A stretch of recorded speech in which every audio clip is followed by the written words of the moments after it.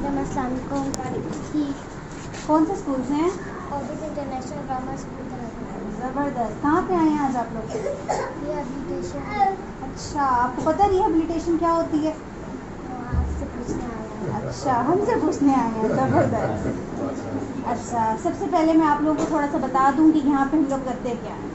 ठीक है, यहाँ पे डॉक्टर्स हैं, डॉक्टर्स कहें, टीचर्स कहें, दोस्त कहें, हम लोग सब मिल के जो लोग थोड़े से स्पेशली एबल्ड होते हैं, स्पेशली एबल्ड मतलब स्पेशल तरह के होते हैं। एक हम लोग होते हैं, हम ठीक हैं, कुछ हैं उनको किसी का हाथ ख़राब है, हम उसको ये नहीं कहेंगे कि वो देख रहे हैं। टीचर्स को स्पेशली मैं इस चीज़ के लिए फोकस में लेकर आऊँगी कि उनको इस चीज़ का समझ आ सकेगी। ठीक है, हमारे पास 3 डिपार्टमेंट्स यहाँ पर चल रहे हैं, फिजियोथेरेपी, मेल, फीमेल एंड पीड्स।